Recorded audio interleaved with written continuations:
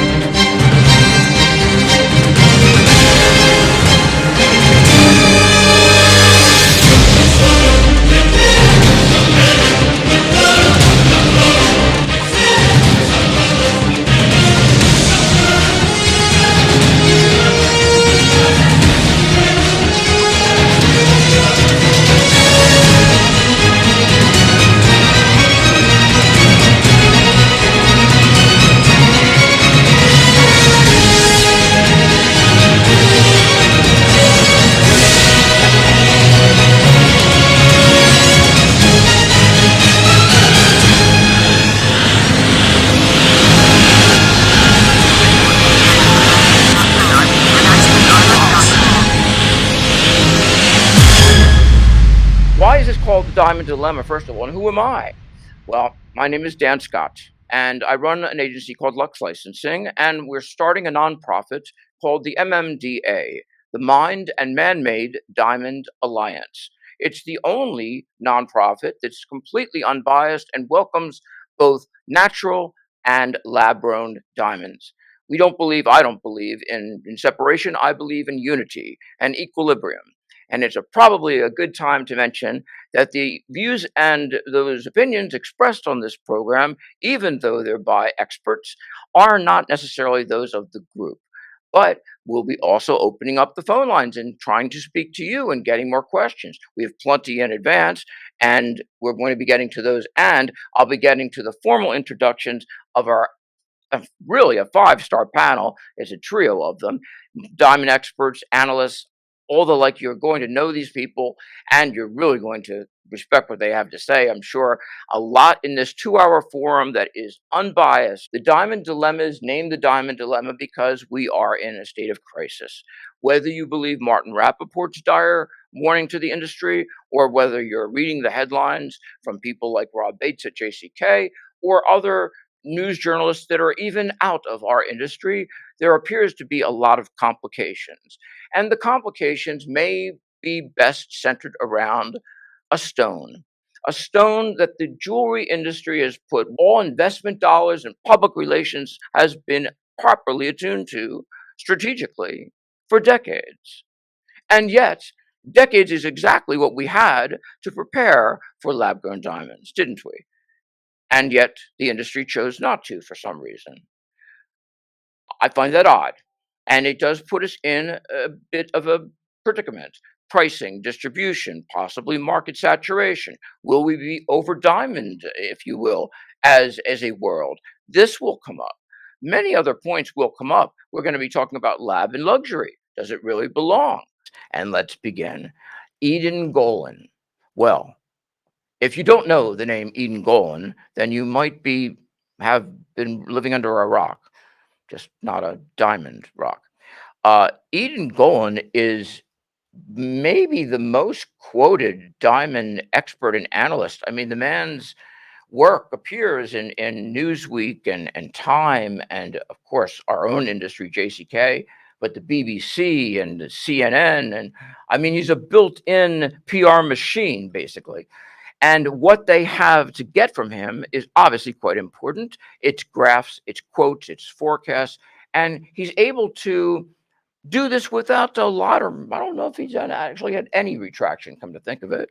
But he's quite accomplished. Now, he runs 2 companies, and the key word you'll want to know about with these companies is the word independent. In fact, it's the word of the show, because we'd like to be unbiased and independent thinking. That is why we have the people that are scheduled for this program. However, we also realize that your opinion is critical. This is the first open town hall. We want to hear from you. We already have a bunch of questions. They are controversial. We want more. We want this to be an open forum, no filters. And that's what we're hoping to get. And that's the kind of things that Edahn would deliver when he creates a report for one of his clients. And he does so in an independent way. and we're very honored to have Edahn Golan with us on the panel. We're also glad to have Christine Gordon. Now, on the flip side, you may not recognize the name Christine Gordon as you do with Edahn, because she does very deep down aggressive work. I'm talking boots on the ground. Where? South Africa. Specific place in South Africa we'll learn more about. But what else is she doing in South Africa? Surely she wasn't taking some vacation time. I don't think so. I'm talking she was really active and really amongst things, including the launch of the Kimberley process. So, from a mining perspective on this particular show, Christine's your gal. But on every other points of lab, we certainly have our hands full with experts. And let's move on to that third one. Also wrote a great book, by the way. How dare I move so quickly? It's a great coffee table book. This thing slips into its own sleeve. It's like a mini bookcase. Chef's kiss. All right, off we go to our third and certainly not last panelist. Technology sometimes just doesn't follow you, but we'll get it to work for us. His name is AviKrawitz. Now, Avi is an industry researcher, yes. He's an analyst, yes, but he is an influencer. You may know him for almost 20 years as Rappaport's news director, and he still works with Rappaport. In fact, just last month, I think I can pull up a piece that he did. Yeah, well, here it is.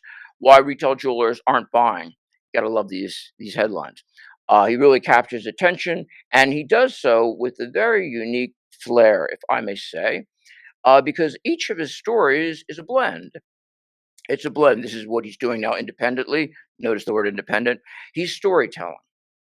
And folks, Avi takes the ability to leverage entertainment with education, and he puts them together and he delivers them in a very easy, bite-sized way to take it. It's informative, it's engaging, and if you're not watching his podcast, you certainly should.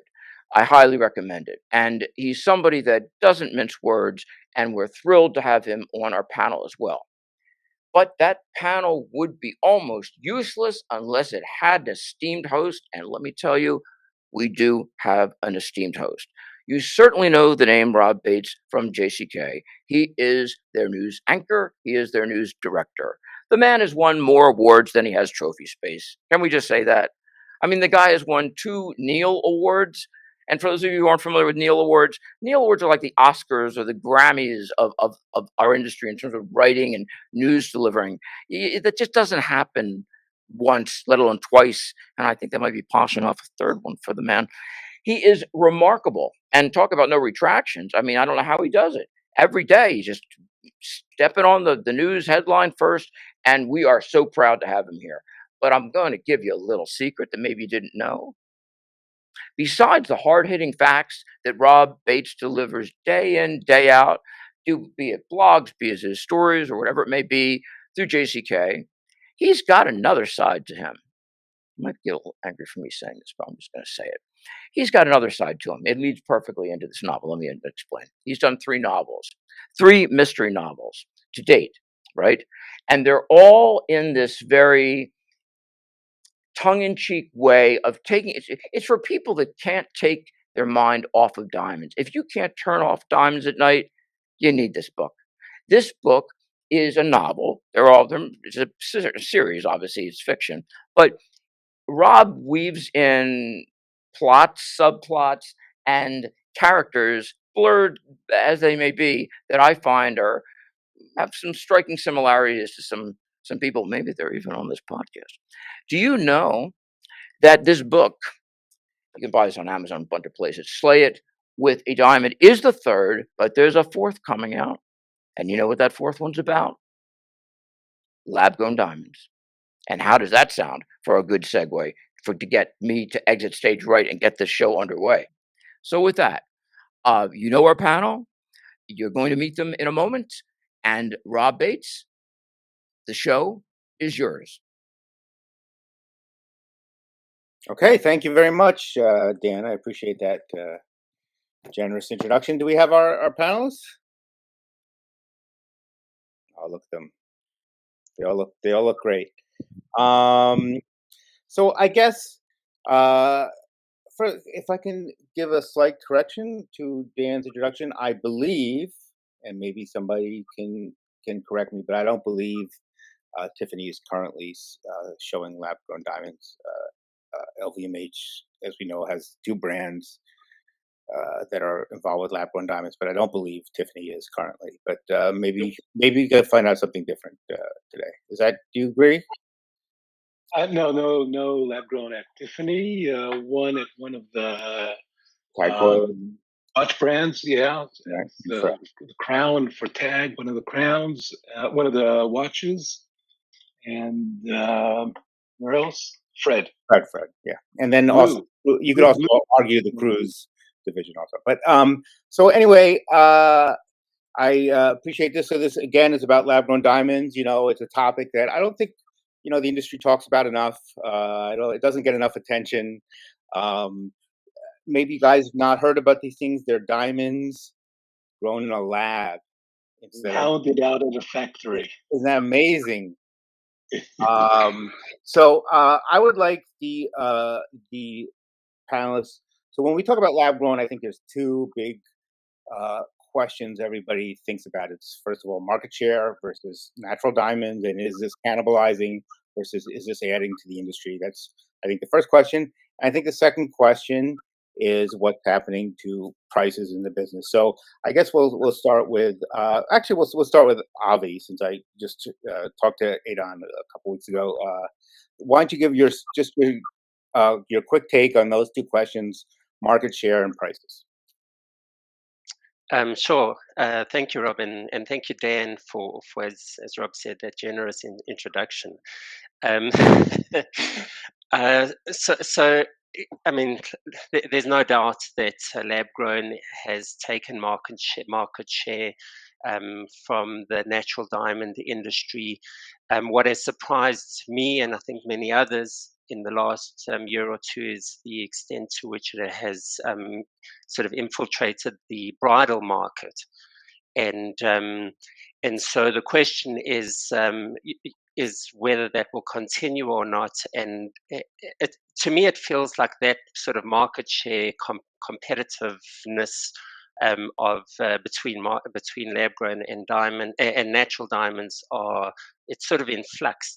That it hasn't settled in its true sort of position yet, and that I think ultimately relates to the second part of your question, Rob, and that is the value proposition that lab grown offers, and as we've seen, prices have come down quite dramatically and continue to come down. That the value proposition diminishes for lab grown, and I think as consumers come to realize that, then we will see a different dynamic play out in the market share between natural and lab grown. I personally think that it will still segment into a separate market category, but at the moment it is being sold by jewelers as a bridal alternative, as an alternative to engagement rings, and I think it's that messaging at the retail level that we're going to start seeing change in the coming year or two as the value of lab grown continues to decline. Okay, thank you. Christine. Well, I'm not so hot on the marketing side, as you know, but I do believe that what Avi said about lab-grown diamonds not finding their place yet is true. And I actually think it will take quite a long time, because I think ultimately we're going to have lab-grown diamonds as a very major part of the industry as mined diamonds become less and less. And they have a finite life, like other heavy extractive industries at the moment. So that for me is the long term that is very, very interesting.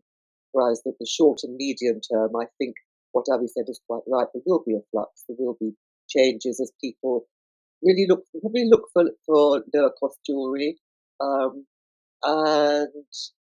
that's an interesting thing at the moment because, of course, diamond prices well, diamond sales are really stuck. So that where the market is at the moment, I think, is a very important factor. And how we can actually discuss this at this moment is, I think, quite difficult because of that. Because there are not so many, because of the slowdown in diamond production and stockpiling. Because yesterday the Debswana said that their stockpile, wasn't Debswana, it was their sales organisation, said they were going to be stockpiling their stones. Angola's got 1 million carats stockpiled, etc. India's, I think, just said that they're now going to start exporting again. So, where do you situate lab-grown diamonds in that? If that's the question we actually are stuck with at the moment.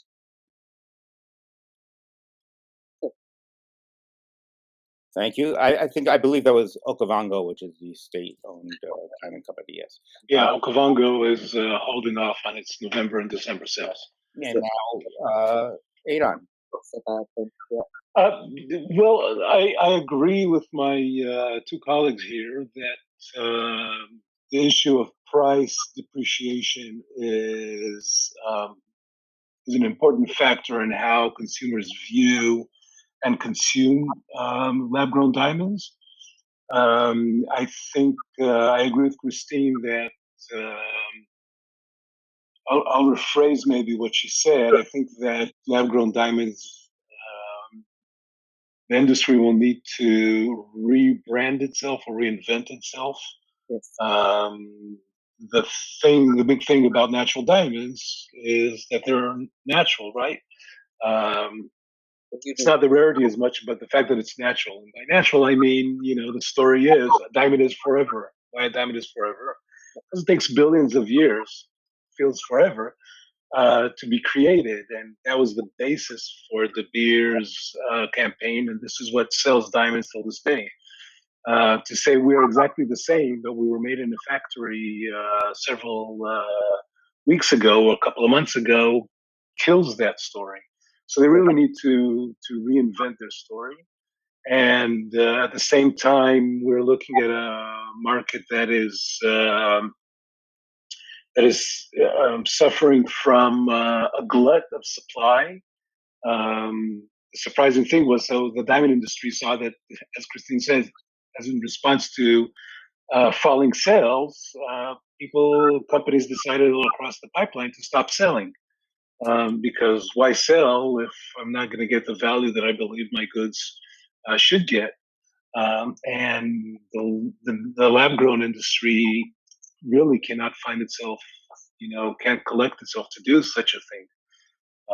So I think there are a lot of challenges for lab-grown, and I'm not sure that we know where it will go. We can talk later if you want about share in the marketplace, in the U.S. marketplace, value, how much prices are declining, and bridal, of course. I think Avi brought this up, is a very important thing for the natural diamond industry and that interplay. I think we got plenty on our plate already, so I'll return the mic to you. Okay. Yeah, and I just want to kind of reiterate the point that this is Okavango, which is the Botswanan state-owned diamond industry. So by canceling these two sales, that's less money to the government of Botswana and to the people of Botswana. And sometimes people in the short term. Yes, in the short term. But that could be there'll probably be a shortfall for the year.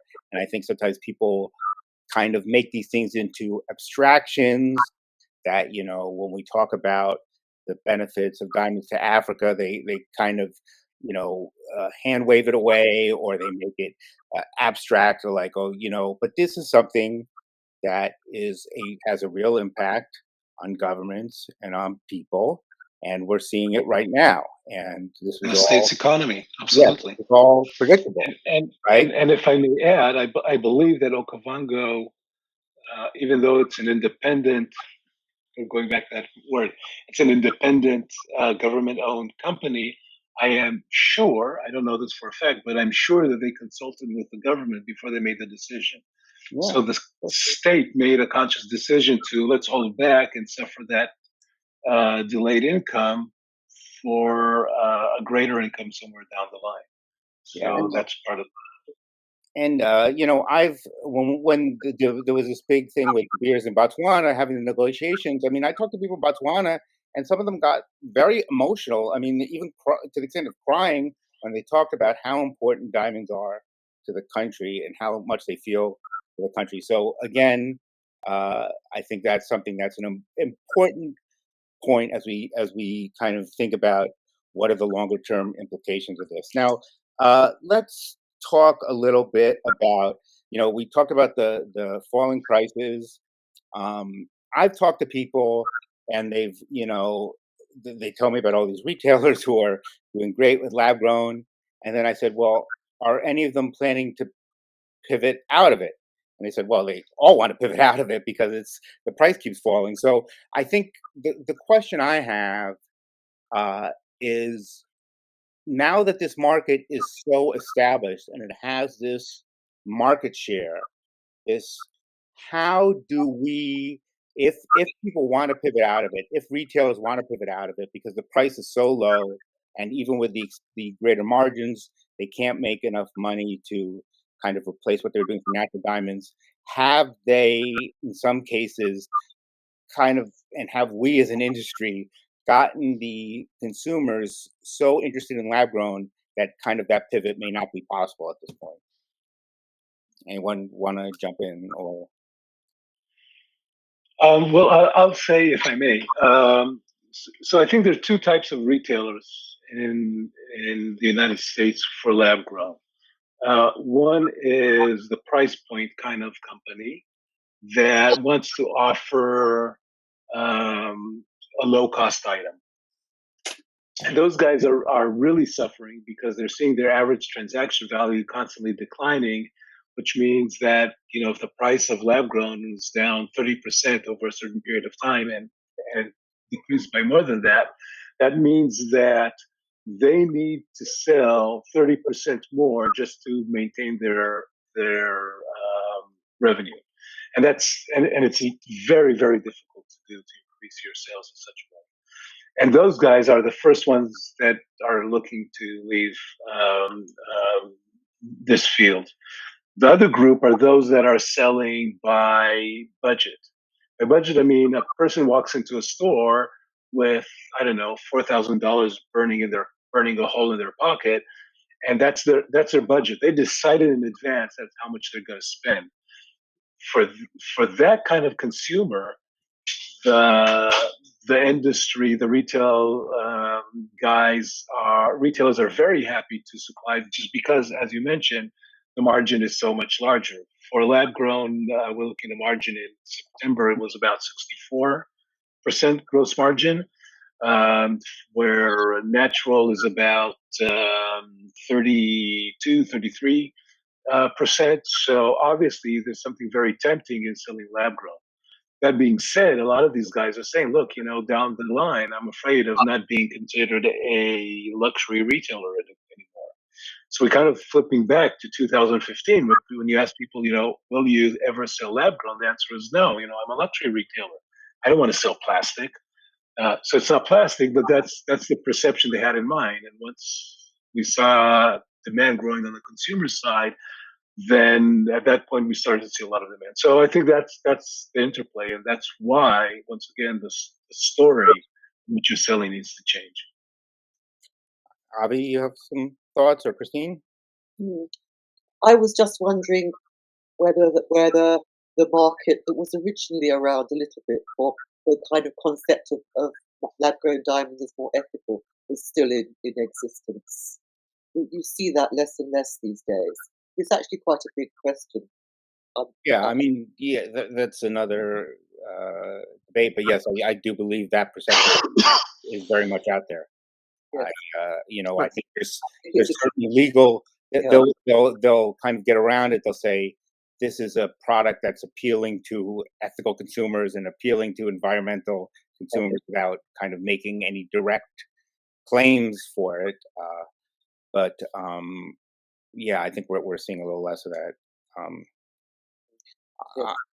Avi, do you want to talk about the pivot question? Or? Yeah. I think it's going to be very difficult for retailers. I mean, Edahn will be able to say better than I, but my feeling is that the retailers are holding a large inventory of lab grown. Over the last 3 years, we saw at the wholesale level that there was sort of the smash and grab into the lab grown market, as you know, people climbed on the bandwagon, and as prices came down, many wholesalers sort of just dumped their stock and sold very cheaply to get out of it. And so my feeling is that many retailers are holding large inventories, and I think to reduce those inventories, they might be really discounting very deeply on towards the consumer, and we might see prices come down at a retail level on those lab grown goods. But I think if they want to pivot away from lab grown, they use the same strategy as they did going into it. And it's just market the natural product in a more effective way. I think that's the bottom line. My sense is that going into the lab grown craze, retailers were pushing lab grown with whatever messaging they had, and if they want to pivot away from it, they got to do the same for the other way. Yeah, I mean, I do think there are. When I talk to people, when I talk to retailers, there are retailers. There's probably three kinds of retailers on this issue, right? There's people who sell it and are happy with it and kind of really made a commitment to it, and then there's people who never sell it, right? And then there's also people who only sell it, and then there's people who will sell it kind of reluctantly if somebody asks for it. And I think the situation some of those people are in is that there's been so much publicity and so much hype on this thing that there are consumers that are asking for it because they want to save money, and I think those people are. A lot of them don't necessarily believe in the product or have issues with the product, but they feel they have to sell it because you don't want to let somebody walk out the door. Well, I think the question then comes to how they're selling, and if there's a full disclosure as to how retailers are selling the lab grown products. And our colleague Martin Rappaport has emphasized that point many times about do retailers, or should retailers disclose the value proposition, the potential loss of value of that lab grown product. And so if as consumers come in asking for lab grown, it's fine. Jewelers should sell them, but there should be a full disclosure as to what owning that product and what it means, and how it really does differentiate between from that natural product. I think that's kind of lurking in the background of this discussion. Whether we whether we believe that it's the same product or not. I'm of the opinion that it's a fundamentally different product, personally. Because I think, granted, we all kind of have drunk the Kool-Aid of the natural diamond industry to some extent, but there is a Are you calling us junkies?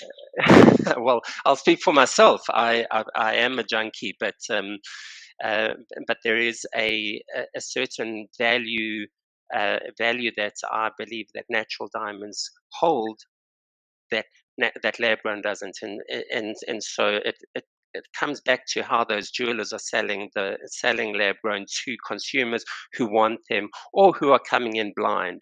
If you're selling them, it's fine, but make those sell them in an honest way.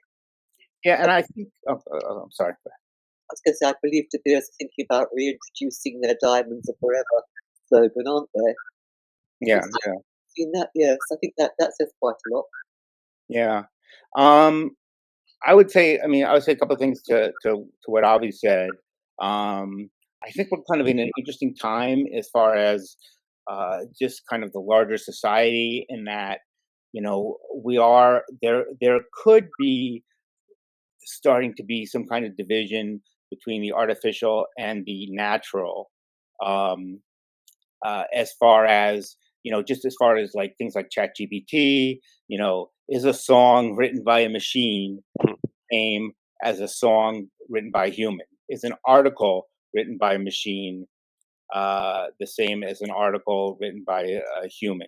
So there is going to be kind of perhaps a kind of larger thought. And people are talking about lab grown fruit and lab grown vegetables and lab grown all sorts of things. Um, and yeah, I think people are going to start to think, like, what do we value as far as, what is natural and what isn't natural? And I think that's kind of going to be a larger discussion, whether, again, an AI song is the same as a regular song. I mean, an AI song is like, let's say, a diamond is a diamond. A song is a song. If it has a verse and a chorus, it's a song, whether it's written by a machine or written by a person. But I think most of us, at least for the present, would prefer songs written by human beings. We're getting some comments on the resale issue, whether that's something that matters at the store counter. I've certainly heard people say that they tell people that there's no resale value for these diamonds, and people don't care because nobody thinks they're going to get divorced and everybody thinks it's fine. Then again, you do hear of situations where people who buy, let's say, a $15,000 diamond or a $9,000 lab grown, and realize there's no way to sell it, and then it definitely, perhaps they didn't kind of think of all the implications ahead of time. So, I mean, how, if do you think this issue of resale is important to consumers, and is there a way to make it important, or is it just will never matter? I think it's less important to consumers. Hmm. And do you Look think? about so if you're a retailer, you're looking at diamonds primarily, not when you sell them, but when you buy them as a commodity. When you think in terms of commodity, you're basically saying, well, is it a commodity or isn't it a commodity, and does it retain its value? I never saw a retailer that, in their right mind, looked at a couple that walked in and looking for a diamond for the engagement ring and said, in case you get divorced, you can resell, you can sell this thing. It's a horrible way to sell it. And at the end of the day, the American consumer is not looking for value; it's looking for price. It's the Indian consumer and the Chinese consumer, and the Asian in general, right? The Indonesia, etc., where they're looking for value, right? That's where the people buy gold, because that's a store of value. That's where they keep their money. They don't put it in the bank as much as it's done in the West. So it's less of an issue. It's important, in the back of your mind. I think the biggest issue in that regard in the consumer market is the sort of buyer's remorse situation, where I spent $2,000 on a diamond, and I walk into or buy a store a year later, and I see that price is eroded by 50%, and now you feel kind of like a sucker. Um, so so that's an issue. But I wanted to touch on something else you said earlier, Rob, about sort of real versus fake, and it really comes down, I think, to what we perceive as quality. So if you look at what the high-end brands and Richemont and LVMH are good examples of that, you don't see them sell a whole lot of products made out of plastic. Because that's part of, that's who we are. It's handmade, it's carefully crafted, it's Italian leather, and natural diamonds. Will they use lab grown? Obviously they are using it, but is it their way of saying we are high end? No, it isn't. Maybe they're jumping on a trend, maybe they're testing the water, but I don't think it's gonna be sustainable in that way in the long term. Because if we're looking for quality, we make very conscious and very, it's almost a philosophical question, how do we buy quality? And it's something that we're, as consumers, we're constantly asking ourselves one way or another. Sometimes forgo it and just say, well, this is my budget and I'm going to buy what I can with that budget.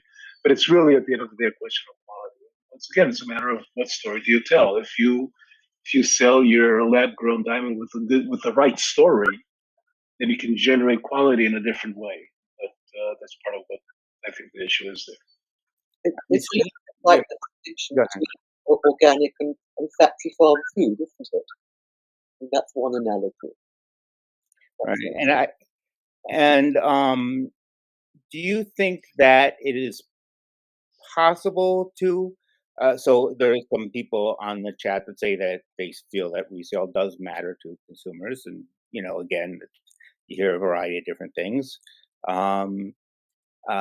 Because I've certainly heard different things.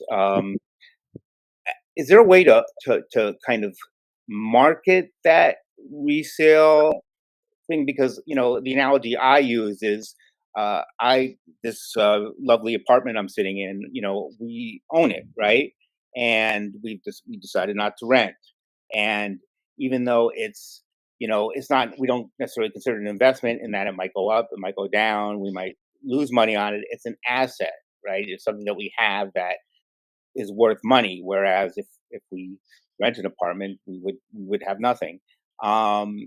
So, I mean, is there a way to kind of get people in that mindset to think, okay, it's different, or is that just a hopeless argument as far as the retail counter?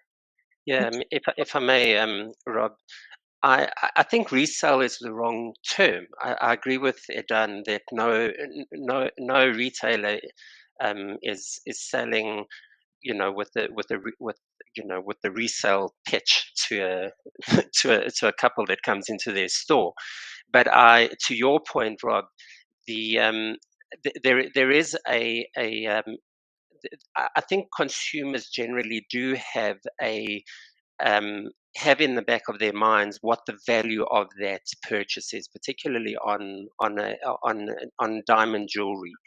And so whether they're planning to get divorced, or no one's planning to get divorced, but whether further along the line they're going to resell that diamond is not relevant. It's whether it's how they view that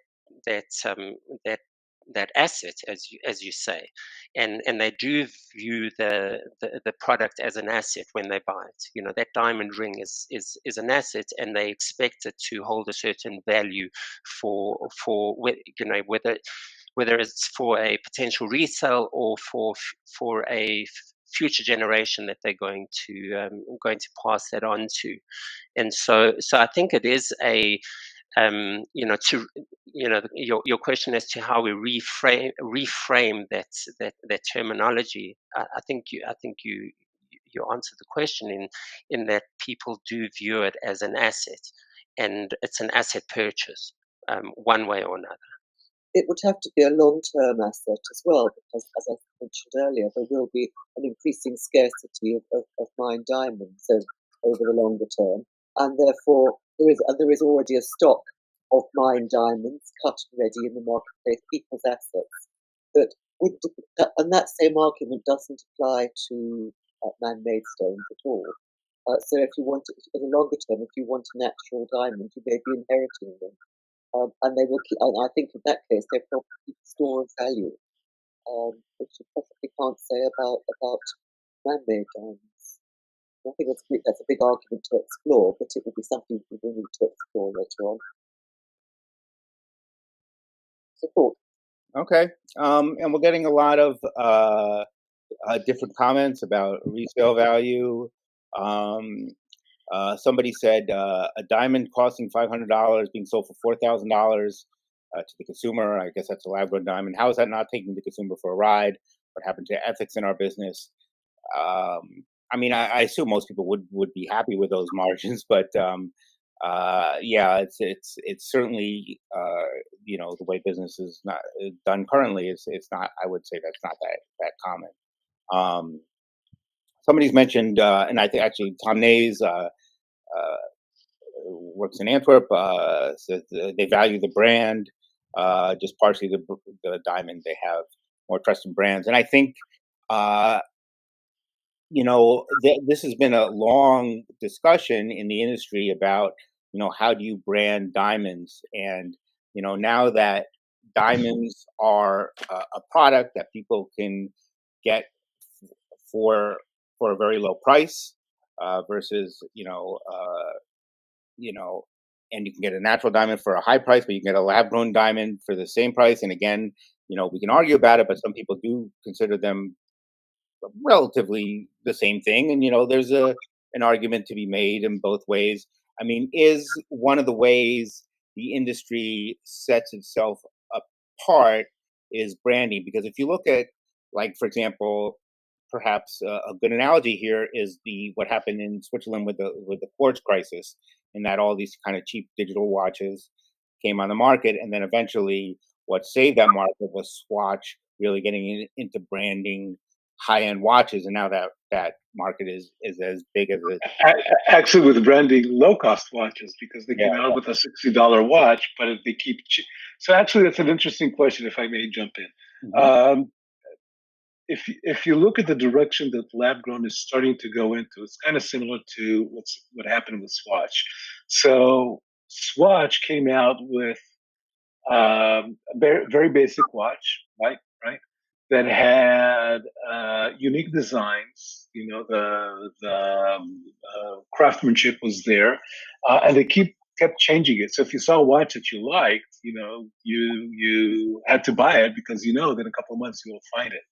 And it became this big thing. I once dated a woman that her sister had a belt made of swatches that were just connected to each other, and it was kind of goofy but really cute, right? So if you look at the Pandora model, I think it's or the Swarovski model, I think it's a very good way um,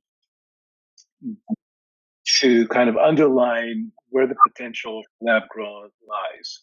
And it has an upside and downside. The upside is that as an industry, they don't need to brand lab grown diamonds because it is the Swarovskis and the Pandoras of the world that will do it for them. In other words, from the standpoint of Pandora, they had a product that sold for several $100s, and now they added diamonds. It doesn't cost them a whole lot. And now all of a sudden they can sell the same product for $1,000 or $2,000, which is a brilliant thing because it expanded their market share from 14, 15, 19, 20 years old to 20, 25, and maybe even older age group. So more people, with greater income, etc. Swarovski is the same. The downside is that as from the lab grown industry perspective, you are no longer seeing a diamond item being sold. It's a Pandora item selling with a diamond. In other words, from being the cause celebre, all of a sudden you are a component. Nobody's talking about the silver and the Pandora item. They're talking now about we're talking about the Pandora item. So I think, in a way, if you are less than half of the cost of the item, then or much lesser than that, then you cannot be considered really a diamond jewelry item, and they will need to sort of forego that. But if you look at it from the grower's perspective, they're actually aiming at a completely different market to aim at, which will generate the income that they are really after. But from a jewelry perspective, a component seems the direction that they're going at.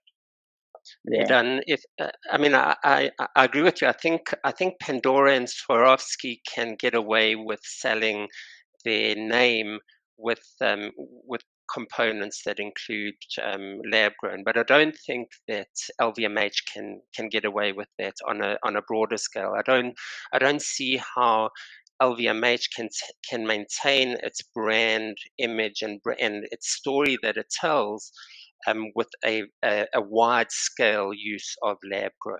Would you agree with that? Absolutely, absolutely. I think And that's we should mention that LVMH isn't really a brand, but it's kind of yeah. But so if you look at Tiffany and Cartier, right? So Tiffany at LVMH and Cartier at Richemont. Um, I doubt that they will have lab grown in their offerings. Don't get me wrong.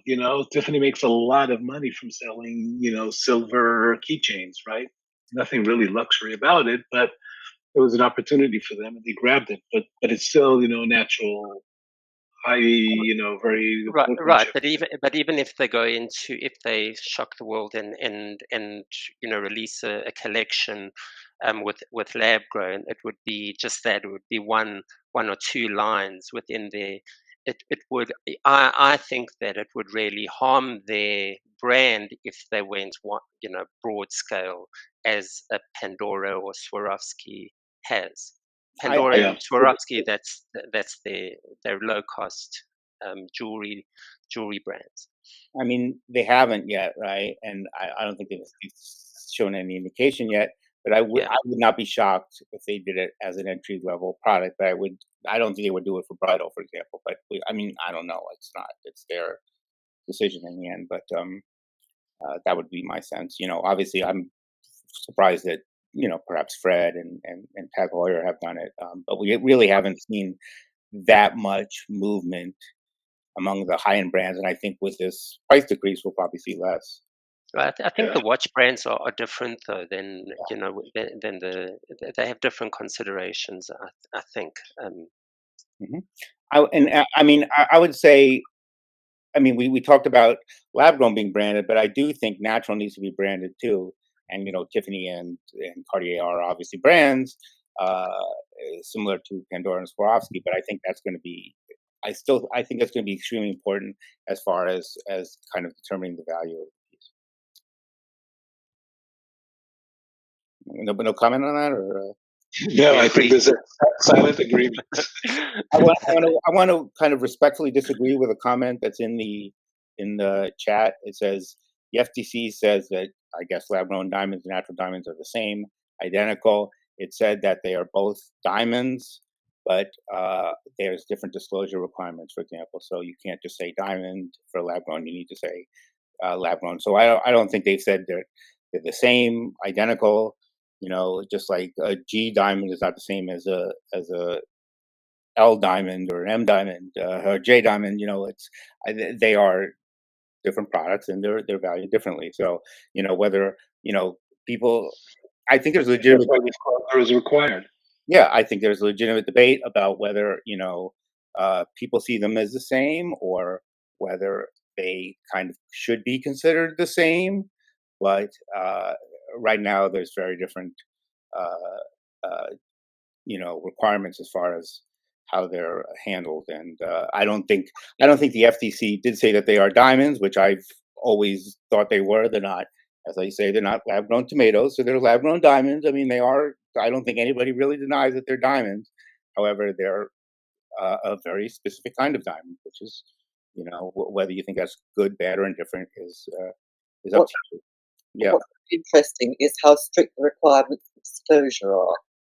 You must disclose that diamonds are lab grown, and you must also people also must test in an explosion into requirements for testing for lab grown diamonds, and that also says an awful lot about the jitteriness of the market, because there were cases, of course, particularly in Antwerp, where lab grown diamonds were passed off as natural diamonds. And the sheer fact of the existence of these requirements, for example, in the Responsible Jewellery Council's requirements, you must discriminate these things. It does say that there is a perceptible gap between natural diamonds and lab grown diamonds in the eye of at least regulators. Yeah, I think that's fair. Do we want to talk a little? So I think we're actually running out of time. So let's talk a little bit about the kind of ethical issues. And I guess in particular, let's talk about, there's going to be something happening with Russia. It's probably not as important as it was, uh, given what's happening in Edahn's neck of the woods, and obviously to some extent. But uh, there will probably be some kind of clampdown on Russian diamonds, and that will certainly in the United States and probably internationally that will uh, limit supply to some extent. Um, do we? Do you think that's going to have any kind of be a boost for lab grown, or will it make a difference for lab grown? I ask any of my esteemed colleagues here. I'm always happy to jump and answer, but I'm restraining myself. Go ahead, Edahn. I think the only impact that we will see is, or the majority of the impact will be less goods with fluorescence in the United States. I don't see Alrosa reducing production because of that. And if it does not reduce production, that means it will sell, and there's going to be somebody who will buy, and there will be in the midstream, and of course somebody will buy on the consumer market. At the end of the day, let's assume that we have a very narrow market. Let's say we only have the beers in Alrosa, and we only have the United States and China as markets, as consumer markets. Well, we have India as a midstream. Goods will go to India, right, from both sources. They should be able to segregate them. And then the goods that are allowed into the United States will go to the United States. And, we'll see the Russian goods go to China, or primarily go to China. Yeah. I don't see why, that will result in a decline in sales or availability for that matter. It is having a slight knock-on effect on two producers. One is Angola, where they are running into quite severe difficulties now of selling diamonds, and the future of several mining operations and prospecting that Alrosa was a partner in. That's an issue. And also in Zimbabwe, strangely enough, where Alrosa was going to be developing mining in 22 deposits they'd found. They were going to start mining several of those. So that'll contract supply. Angola is the fifth largest producer at the moment. So that's going to contract supply a little bit there as well. But with 1 million carats this year, it could be the same or more next year, and actually more over the next 2, 3, 4 years as operations don't start up when they want to.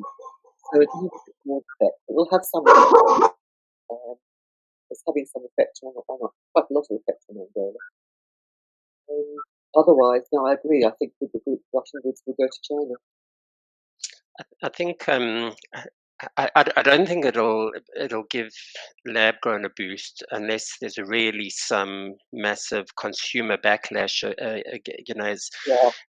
As labeling all diamonds conflict diamonds because of the war in Ukraine, and I don't see that happening. But I think what it might do is it might strengthen those brands. That particularly as if we see the G7 countries putting in, greater restrictions and traceability and source verification requirements of all diamonds, that will strengthen the larger brands. And I think we will see a greater emphasis on branding, on whatever level, whatever scale, whether it's retailers needing to showcase that their goods were ethically sourced, and at a customs level, and then using that in their marketing. And so that's where I think we will see some sort of a pivot within the market. I don't think it'll be away from natural diamonds because of the war in Ukraine, but I do think that it will segment the market in a way that it will that we will see more. We will see more source verification storylines and traceability storylines in our marketing, which should be done anyway. I think it's a good storyline to, the industry should be using um, that ethical angle in its marketing either way. So I think that's where we're heading. No, I fully agree with Avi, and I think Chris brought up an interesting point in that what we're looking at is that as a side effect of the G7, and we don't know exactly what the protocols will look like, but the side effect will be that a bunch of smaller players that did everything to sort of dodge the verification, the legal verification, etc., such as in Zimbabwe, will find themselves kind of under a microscope and That, will that, need to decide how they're going to play. that's no bad thing. I mean, I think there needs to be more verification. And of course, the big players can do it already if they choose to. That's no different at all. They do it anyway for security purposes, if nothing else. So, yeah, it could be a very, very good move. Yeah, and I think it's interesting that for a while we were told all these tracing mechanisms were kind of the answer to these G7 issues and to all these other issues. But And they've all been the answer. Sorry. yeah, but now we're hearing that there's starting to be a little kind of concerns that these platforms are still very new and they may not be able to handle the large volume of diamonds that are going to be needed. Rob, could I jump in at that point? Yeah. And also on a break? I like to listen to Victoria and your podcast a lot, and she had made reference to coffee beans and said that, isn't it interesting that we can track the origin of our coffee beans, and yet it's even with Tracer and the updates that they're doing to Tracer, we're still not there in guaranteeing the point of origin and true traceability from the mining standpoint. A lot of questions that are coming in that, Yeah. and I've got to get these to you because I think you'll really appreciate them. Well, this question has come in now on multiple occasions, mostly from the U.S., although we do have viewers that are coming in. We have London, we have Canada, a lot of different parts of the world, and phrased differently, but the same question. Viewers want to know individually from Rob to the panelists, what is your take? Do you have a side? And if so, which is it? And if not, why? I mean, I'll go first. I mean, I don't really have a side. I mean, I think at their best, natural diamonds can help some of the poorest people in the world. So for that, I I believe in the product. I think at their worst, I think they can do incredibly awful things and incredibly exploitive things. But I do believe in the potential of natural diamonds to, uh, hopefully, we hope, do something positive for people, and I believe they are doing something positive for people. And I'm not saying that they never do anything negative for people. Uh, the idea, and I would say, by the way, lab grown diamonds could also do positive things for people. They've certainly helped a lot of companies in India. They've certainly helped a lot of small jewelers. They can also do negative things as well, and we're starting to see some issues with certain factories and certain issues like that. So, I mean, and I also believe as a business proposition, I think it's going to be very hard for the industry to sustain itself on lab grown diamonds just because they are, the price is constantly falling, and I just don't see a necessarily long term future. So I don't really have a side. I know there's incredibly decent people on both things, and I know there's not so good people on both sectors. So I don't really have a side. I'm a cheap person. I would probably, I would probably go for the cheapest thing possible if I was out of the industry. But that's just my take. I'd be Eden, interested in the other ones. Eden, yourself.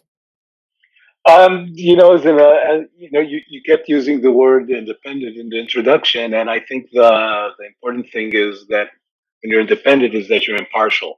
I do not have a preference, for one or the other. When I talk with my clients, I try to give them as much data useful data as possible. I try to put it in context so they understand why something is behaving in a certain way. I hate forecasts. So when they ask me where's the market going, it's like, I don't know. But when I am kind of forced to provide a forecast, I try to be honest and base it on what I see. I agree with Rob that the social benefits of natural diamonds completely outweigh the shortcomings, which are definitely there. I think that lab grown is definitely a not only a valid product, but also a product that has room and space and purpose and can serve consumers that need it in a wonderful way. Just as an example, if I cannot afford a $4,000, 1 carat natural diamond for my engagement ring, why should I settle for a $200, ugly little thing that comes out of Walmart? Then I'll buy, the same for the budget that I can afford. Let's get something that is natural and still beautiful. But at the end of the day, I think the emotions that we see are mostly those that come out of either the desire to conquer and get and win and kind of battle the other side on the part of the lab grown, and on a defensive mode on the part of natural. Um, the PR that is fueled by that is definitely a negative one for either side. You cannot sell an item by saying my competitors think. Christine.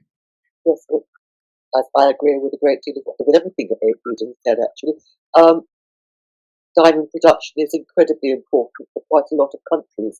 For some countries, it's like Botswana, it's almost their entire foreign exchange earnings, and so it's like 75% of their GDP.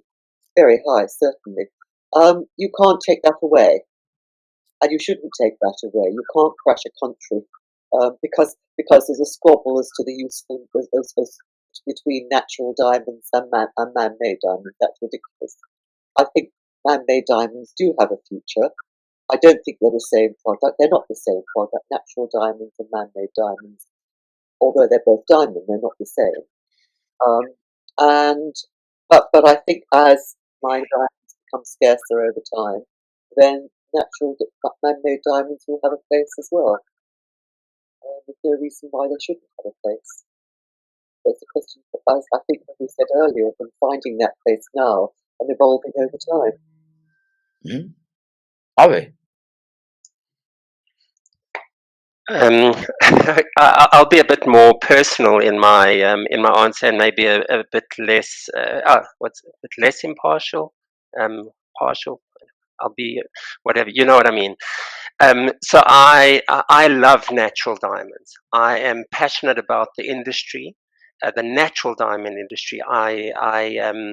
As I said earlier, I've drunk the Kool-Aid, and I completely believe in the product. And I can't say the same about lab grown. And admittedly, I haven't invested as much in the lab grown industry. And again, I see them as segmented from the natural diamond industry. I don't see them as the same product.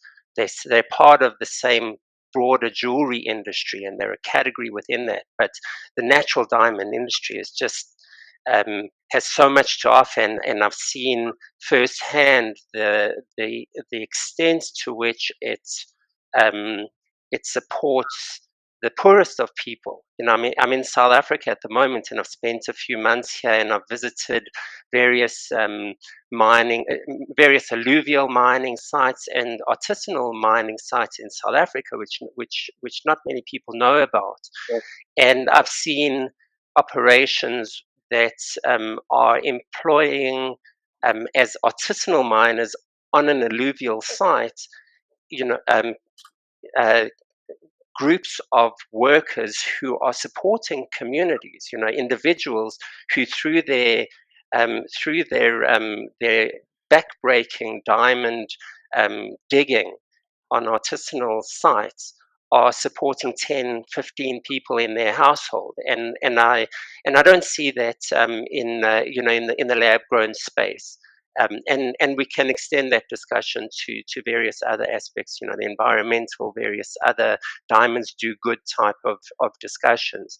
But also in terms of the product itself, I just, and that sort of interaction between the natural world and human potential that creates that natural diamond at the end of the day, I'm just in love with. And so if I'm going to answer that question quite blatantly, I choose natural diamonds any day of the week.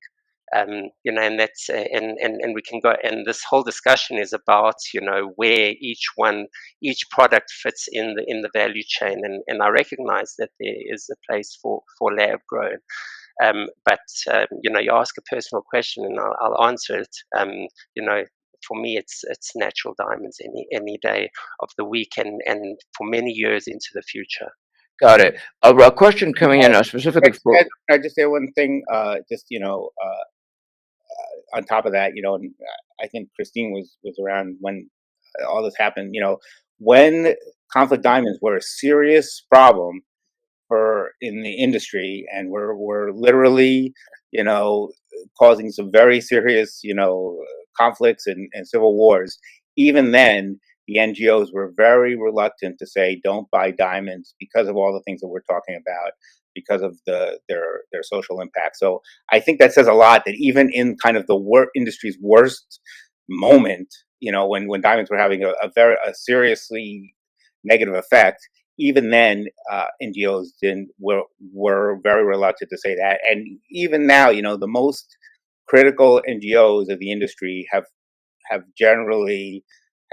almost always, I would say, never said don't buy diamonds, because they understand that they can have a beneficial impact, and they are having a beneficial impact. Well, this question actually comes to you, Rob, specifically towards you. Two people are asking this question, and it came upon about the conversation about pricing with lab, and the questions are slightly worded slightly different, but I'll encapsulate them both, if I may. They're basically asking if, as grown, or if a luxury brand, a design house, attaching their name to a lab grown stone, wouldn't that elevate the price structure, be it graded, um, untouched afterwards, untreated, not annealed, not heat treated, or that may do something. But they're asking you, Rob, specifically, and you can ask the group if you'd like, if you think that will affect the pricing threshold for a upper tier, or perhaps even a bespoke lab luxury. I don't think that. No, honestly, I don't think there's any evidence that will have an impact. None whatsoever.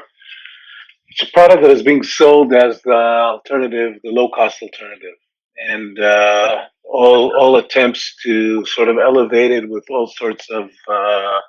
Let's put it this way: there's a big difference in price between CVD produced lab grown and HPHT produced lab grown.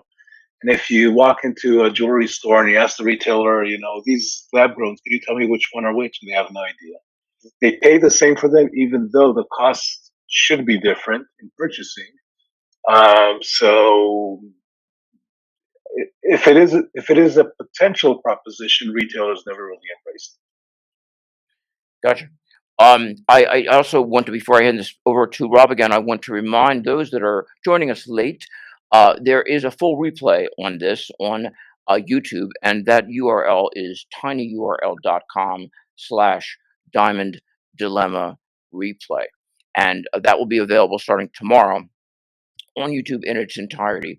And Rob, before I hand this off back to you, just if I can say, we're having a slight complication with the callers. The callers are able to leave a message, and then we can play that message, but there may be a little challenge getting their voice live. But there's many people on hold, and they're very interested. And the only other question, Rob, if I could just spark one thing that's just coming in, trying to group them, together. There's people questioning the word synthetic. stating that if you look up synthetic, the synonym to it is fake. There's plenty of people calling lab grown fake.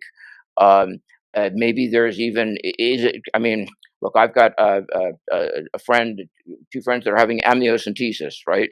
I don't think that they're going to be saying that they have a synthetic baby on the rise. Same through is with seed-based, the quote-unquote milk. In a container, they to monopolize the milk aisle. They call themselves milk. They're not really milk, but they don't call themselves synthetic. A rose that's grown in a greenhouse. It's a rose, right? But it's grown by man through soil that's prepped, through conditions that prohibit wind and certain temperatures. Yet it's still looked at as a genuine live rose, sold as that. No word synthetic comes to mind until you look at a plastic rose, which is equivalent to that of fake. So people are wondering how the synthetic word, if it's really like Martin seemed to use it as an emphasizer, Martin Rappaport to his dire warning. And the general question for me to hand this off to you now again, Rob, is around the word synthetic, and is it the right word to use? Is it even the process of true synthesis? Because we're not adding chemicals. Just a broad-based question. Different people are asking it on different levels, and thought I did. So I'll hand it back to you and hear your response. So, I mean, I'm just speaking for me. I try to be respectful to people in different industries, and I know that people in the lab-grown industry don't like the word synthetic. From what my understanding is, it's scientifically accurate, and you see it in their patents, and you see it in their lawsuits, and you see it in government documents. So, as far as I know, it's scientifically okay, but I understand why people think it does, in fact, mean fake. I don't, I think the fake baby, I don't necessarily believe. I wouldn't necessarily go along with that analogy. First of all, I do find it a little somewhat offensive, but also, I mean, you're helping along a natural process. I mean, the baby comes out of the same place that it always does, so it's not entirely grown in a lab. And they are talking about lab grown babies at some point, and that will be an interesting thing on how we, how people look at those, if they do come about, what that will mean, and the implications of that. As far as so yeah, I mean, that's just, I personally don't try to not to use the word synthetic. I would, and I certainly urge the people in the lab-grown industry to also use the preferred term for natural diamond, instead of calling them mined and earth mined. It has negative implications. And does anyone on the panel have a comment on that? Natural. Yeah. Calling it earth mine is, nobody says earth mine, as Abe Sherman pointed out to me. Nobody says earth mine gold, right? Yeah. It's gold. Not that there was an alternative to that, but it's gold. Same goes for, to me, just to call it, mined or earth mined is like saying synthetics. Yeah. It's a way to drag down the branding, the position of the market. Keep going, guys. I'm going to try to take care of a little technical issue that's happening in the control room. So please. Yeah. Let me talk to Stanley Wong from Hong Kong. Can the panel consider the possibilities that Gen Z have no romantic attachment to natural diamonds? In say 20 years, if not sooner, most diamonds would be cheaper and better. Natural ends up being a small niche. Natural prices would collapse. Is this a possible scenario? I mean, I think there's many possible scenarios, but perhaps maybe a narrower question would be assuming that a lot of the lower quality goods end up, I'm talking about the lower quality natural goods, end up being replaced by lab grown because they just have a better look. And I think we're starting to somewhat see that to some extent. A lot of mining companies depend on those goods, right? That's a lot of their business models, to put out a certain amount of garbage and a certain amount of good stuff. And can miners sustain themselves so, just on the higher quality output. Some will be able to. Yes. Not all. I mean, there's Angola to the Kotoka mine, which has got a very, very high proportion of low quality goods in it. That will be a difficult one. But then look at one of, say, Lesotho's mines or the Lilo mine in Angola, where they're producing extraordinary stones. Yes, so some will continue to produce, and some will ultimately lose out, I think is the answer, and particularly on alluvial and riverine mines, offshore mines, all of that, they're higher quality. So yeah, they will continue over a lot, but I think that's the longer term as well. Yeah, I've been having this conversation with a number of smaller scale miners, and we saw just this week that in the current weak market environment that Stornoway Diamonds has put its Renard mine on care and maintenance and has had to suspend operations because of the state of the market. And so if lab grown is feeding into that narrative, then and is taking market share in a certain in any category or any segment of the market, it's going to affect those miners, and so many are already under pressure, both because of the current market conditions, and also because of that threat of what they perceive as a threat of lab grown. Do we know what proportion of lab grown diamonds are relative to natural diamonds are on the market at the moment, or in general? Is there a figure? I do. but I'll answer that in a moment. But I wanted to comment on the basic assumption that you made, Rob, that this is the player that we're looking into. From the standpoint of lab-grown grower, it's less economical. So if you're a natural miner, right? So if you mine diamonds, natural diamonds, what you're doing is you are taking what's referred to as run of mine, right? Everything that comes out of the ground, and you try to sell it. The very low cost, the industrial, you sell for, I don't know, $3-4 a carat, and you just move them. And there's a need for these items in the market. So you sell everything you get. In the lab-grown diamond market, it's a very different situation. Those guys, the growers, have the ability to fine-tune their production to only get the things that they want or aim for that. I know of at least one grower that early in the growing process, they see that the diamond is going, the diamond's a batch that they're working on in one of the reactors is not going to be high quality. They prefer to stop the process to allow and take the loss that comes with it. So the loss of time, the loss of energy, the loss of materials, and not go through because they know they're going to have a hard time selling. And the long and short of it is that if you look for PK goods, clarity goods in the market, or very low colors, KL, M colors, they're hard to find. They're hard to come by. And that is because it's a technologically driven product. Because of that, we're seeing that the producers are constantly moving up the scale. If you look at what is being sold, it's primarily VSs and VVSs. Right. I'm sorry. I don't.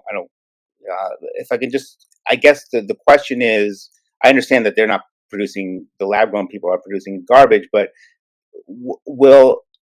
if you can get lab grown better quality for cheaper than natural worse quality, won't people go for the lab grown better quality, especially if you're dealing with a kind of neck, a bracelet, a diamond bracelet that's like sold at Macy's for $200 or something like that. So if you're indifferent in terms of lab grown versus natural, and you want something that looks better and costs you less, and obviously that's the direction you will go. There's no doubt about it. Especially if you're looking at a simple pavé sort of setting. You've heard of a popular item in India where in rings, the halo design, where we see the halo being natural diamonds and the center stone being a lab-grown diamond, because that's where the cost is in the center stone. So, I think we should expect to see a bunch of different combinations, at least in the near term. Yeah, I mean, if you have a But piece with like, I mean, I understand disclosure requirements, but you have a piece with like 300 diamonds, right? They're all small, right? And it doesn't matter if like 5 of them are natural and 5 of them are lab grown. I mean, does it? It should matter, yes. Yeah, absolutely. legally it matters, right? But at some point, people might say diamonds could be natural or lab grown, right? That could be, especially for these smaller goods where There are implications for a price implication, for a source implication. There are if you mix them together and don't disclose, yes. Yeah. If you say half of the stones in this are man-made, that's fine. Should we talk about market share? Yeah, you want to talk about market share, and then Yeah. Okay. So the overall market share that we're looking at is, so when I say overall, I mean we're looking at loose, we're looking at items that come preset. In 23 to date, all the way up to September, I don't have the October figures here. US or worldwide. So No, this is the United States only. So the data that I collect is from U.S. Jewelry retailers. So we're looking at a 10% share by units, right? Not by value. Value is tricky because prices are constantly declining. If we want to see, so, and 10% I think is much more than the beer is expected to see in the market at any given time. And that is really a very large market share. But if we look at system, if we're looking at bridal alone, which was one of the topics we discussed here, it's already past 27%. And in bridal, we're looking at loose, we're looking at engagement rings, we're looking at wedding bands and wedding sets, and semi-mounts, right? So semi-mounts go with the loose. And if we look at only loose, we are at 50%. So market share, I think early in the discussion you brought up, is it cannibalizing or not? Or is it growing the demand? That the bottom line is yes, it's doing all of these things. So if we're seeing more than 27% in bridal, then obviously there's cannibalization, and if we're seeing a rise in the market share of diamonds overall, then it is expanding the category. yeah, and I think 0 to 10% is an amazing gain. But if you look at, like, I think perhaps another analogy is if you look at online sales of diamonds, right? I think there was a time when people thought that would totally take over the business, and it has had an enormous impact on the business. But not everybody just wants a kind of price-oriented online experience, even though online diamond sales could be noticeably cheaper. And I think you're starting, you know, with lab grown, it's kind of very similar. It's all price oriented, except for the quote unquote eco positioning. But that's really larger. That's really largely where it is. It's this price positioning, and not everybody wants that, because if they did, everybody would buy diamonds online, and they clearly don't. That's actually a very interesting comparison, because historically, if you look at the development of various online sales in different industries in the past 20 years, diamond jewelry really fell behind most other categories.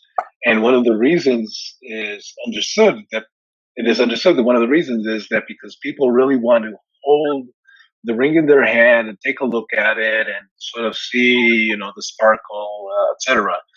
And that is why sales didn't grow as fast as, say, cars or shoes. You really got to try the shoes on. But if you try them on in the store, and then I know this particular model or this particular size works, and you go online and you can buy it for, I don't know, 5-10% less, including the cost of delivery, then why not? And with a ring, it doesn't really work that way. Any other thoughts? Or I want to, a lot of, we've gotten some questions on grading reports. So I'd be interested in if the panel believes lab-grown diamonds should receive grading reports. And if I can just say one quick thing, Annette Matlin's is also waiting for you, Rob, whenever you would. All right, after this. Yeah. Of course, whenever you. Yeah, thank you. Do you guys think that? I already said I have an opinion about everything, so I'll wait. I think it's if we're looking at it from the natural diamond industry's point of view, I think it's if the GIA and other labs are proponents of the natural diamond industry, I would say it's a mistake for them to grade lab grown in the same way, and I think because I think it then does push the lab grown market into that same space as a natural diamond, and it's and it begs the comparison. Then if you've got you've got a GVBS lab grown versus a natural diamond, and you see the value then is by default connected to the natural diamond pricing, and so but the discussions, the questions really a bit deeper is what is the product. We know that De Beers, I actually forget, have De Beers, are they still not disclosing or not grading their lab grown? They include a grade, I believe, but they don't. But I think it's a little more basic. It's sold as a category, but I believe on the supplemental materials, it may have changed. They keep changing. Right. So, yeah, I struggle to keep up. As we're speaking, I'll take a look at their website and see if they changed anything. Right, but the philosophy is that it's a product that that requires a quality mark rather than a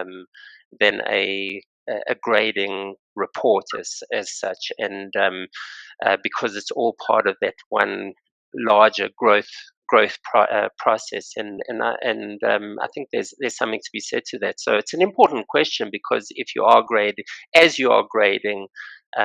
those lab grown diamonds, then it shifts it more into that natural diamond space. But there is an analogy though, isn't there? Because man-made emeralds, sapphires, and rubies, I think, are graded by the GIA. They're not graded. They are not graded. Not graded. No. That's the analogy. Lightbox says that their goods are VS plus. But they don't issue a grading report though. Yeah, no grading report. Right. So the question of grading report is really about consumer confidence, right? I walk into a store, I know nothing about diamonds. The retailer tells me, you can take a look at these two diamonds. This one is a little bit better. It's difficult for me as a non-expert to see that. And then comes in the GIA, third-party verification, says, oh, this is actually a better diamond. And that, therefore, the request to spend more on it is maybe justified. And even so, here's the thing with lab grown. So lab grown in many ways picked the kind of norms that we saw in natural diamonds, because the people that were populated this sphere and to start with were all diamond people, right? And they brought sort of the habits of that area. So diamonds are graded the same way. The use of the wrap price list, the use of pricing by weight, right? So carat. But I think that's something that's going to disappear at some point. And I believe, Rob, that in one of the panels that you had at JCK last year, somebody from the lab grown industry said, look, we will use grading reports, but that's temporary. The answer to why it's temporary is because the technology is continuing to advance, and at some point, if you don't know how to make a flawless diamond, you're not in the game. So either get your game on, or just step out of the sphere, right? And once everybody creates a flawless diamond, that's a moot point, right? Nobody cares what the grading report will say. So flawless will become the default, you're saying? Isn't that a scary thought? I wonder how Yes, far away the we answer are is yes. from that happening. And then it's just a matter of size, and before you know it, we'll have something the size of a watermelon. I want to see the woman that will walk with that massive ring on her finger. But anyway. Yeah, I used to believe that lab grown should get the regular grading reports just because it would be a like for like comparison. Now, at this point, with the market flooded and with production being limited to a certain range, I mean, from what I understand, that a lot of people are starting to forego lab reports because they're more expensive than the diamonds, right? If the lab report is like IGI has actually reduced the cost of a grading report for lab grown just because the pricing scheme is different. And if you look around, it's kind of difficult to buy a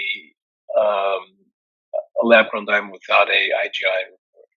I'm not saying they're not out there. And if you want, you can get in touch with a grower, with a manufacturer in India, and buy a big parcel of 1,000 stones, ungraded. But from a consumer, from a retailer standpoint, we're seeing less and less of that. I believe there's talk of like certain labs actually having, they issue the reports from the factories now, and just put them out there. Okay, Antoinette, how are you? I'm well, thank you. I've really enjoyed this, but I really think you've omitted a critical point that maybe you are not acutely aware of. Since I lecture to consumer groups all over the country, and I talk to media people all over the country, and I also am in the diamond field acquiring diamonds for clients, do you realize how many people believe there is no way to tell the difference between the natural and the lab grown? This goes back to the very early promotion done by the manufacturers of factory created diamonds, whatever you want to call them, synthetics, which is microwave diamonds. And the reality is, if no one can tell the difference, then why should I pay more? And no one is addressing that. The JA, CIBJO, all of these organizations need to be telling the jewelers there are ways to separate them. That engagement ring that's given to this woman because the buyer was told there's no way to tell the difference. And then she takes it to an appraiser who tells her the difference. They have just undermined that relationship for all time. And there are ways, and there are even simple ways and simple tools. I'll give you an example. The last AGA conference, Accredited Gemologists Association conference held before the pandemic, there was a producer who brought to our conference a 10.02 carat emerald cut EVS1. Maybe you remember that diamond. All of the promotion said it shows no fluorescence. Now, I'm sitting in the room and I raised my hand and I said, I keep reading that this diamond shows no fluorescence. He said, that's correct. I then asked, did you check it under both long wave and short wave? And he said, I said, well, you have the diamond here, right? Yes. Oh, I have my portable long wave, short wave, ultraviolet lamp. I have a back pad. There are black curtains around the tables. Can we look at it? The two of us go under the table, put the diamond on the black pad. I turn on long wave, no fluorescence. I turn on short wave, intense yellow fluorescence with even growth zones showing. He lets out a shriek, and then everybody in the room had to come under the table and look with their own eyes. I was just at the last conference in Vegas, and I was at a lab-grown diamond manufacturer's booth, and I said, so tell me, do these show fluorescence? I don't think so. I said, could I take one and check it? He said, well, I don't know you. I said, well, that guy over there, he knows me. I'm sure he'll vouch for me. I'll sign a memo, whatever. And he said, well, I'm telling you, they don't show fluorescence. You're not going to see anything. Well, guess what, folks? Under long wave, I did not see fluorescence, but under short wave, I did. And sometimes you just don't know how to use the UV lamps properly. Sometimes it'll show instantly, like the 10.02. Sometimes you have to leave under the lamp for 15 or 20 minutes before you start to see something. But his, which he insisted showed no fluorescence, in fact, did show fluorescence under shortwave when properly examined. So I think and every day something changes. So right now there may be factory-grown diamonds that do not show any fluorescence under either wavelength. But at this time, until I see them myself and have checked them myself, because I know that I and other trained gemologists do know how to use ultraviolet properly, it does not necessarily require sophisticated, and for Melly, for jewelry with multiple pieces in the multiple stones, if I am correct, and that's a big if, I understand that, and what is today or last week or last month may not be the same thing tomorrow, I understand that. But at the moment, when I'm looking at anything with diamonds, any size under UV, in a colorless, and I'm only talking D to Z stones now, in a colorless diamond, when they fluoresce, they show their fluorescent reaction strongest under long wave. Therefore, if there's not under long wave, why bother to check it under short wave? However, with diamonds that are manufactured in factories, that is not the case. Some show fluorescence under long wave, some don't. But the ones that don't show it under long wave may show it under short wave. So if I'm looking at a colorless diamond that shows no fluorescence under long wave, and then I switch the piece of jewelry or the parcel to the short wave, and I see the reaction that's wrong, I know in a split second that those are lab grown and these aren't, assuming they're diamond, of course. But the problem I have is that there are simple tools that can often tell you absolutely, definitively, a naturally occurring D to Z diamond won't respond in that way. Can't be natural. Tomorrow could be totally different, and we may have to go back to that very sophisticated, expensive equipment we can't carry with us and that we can't afford to have in our own labs. But I think the biggest issue is the public needs to understand they are not the same thing, and there are ways to distinguish one from the other. When my client says to me, well, I think I want a lab grown because my wife says it's better for the environment, and there's no difference, you can't tell the difference anyway, as soon as I explain that you can, not you necessarily, but the labs can, their whole attitude changes like that. Oh my God.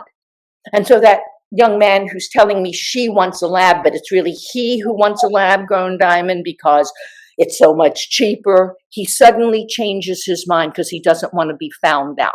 And she changes her mind because if she wants to leave something to somebody or she wants to know what she's getting. And the reality is more has to be done to educate retailers and the public that there are, in fact, ways to tell the difference. Because if that message is not communicated, there is absolutely zero incentive for anyone to buy a natural versus a manufactured diamond if you cannot tell the difference. Now, you and I, we know. All right. We all hear you. Any thoughts on what Antoinette just said?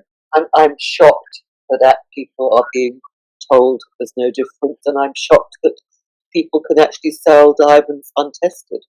Yeah, it's true. I mean, if you're buying a natural diamond, you'd get a GIA report if it's over 3/4 of a carat or half a carat, right? But the issue is real, and I see it more and more every day. I'm much older than any of you sitting on this panel. I remember when lab created emeralds, rubies, and sapphires were first created. Well, not the ones at the late 1800s, but, you know, early part of the last century. And it is always the same.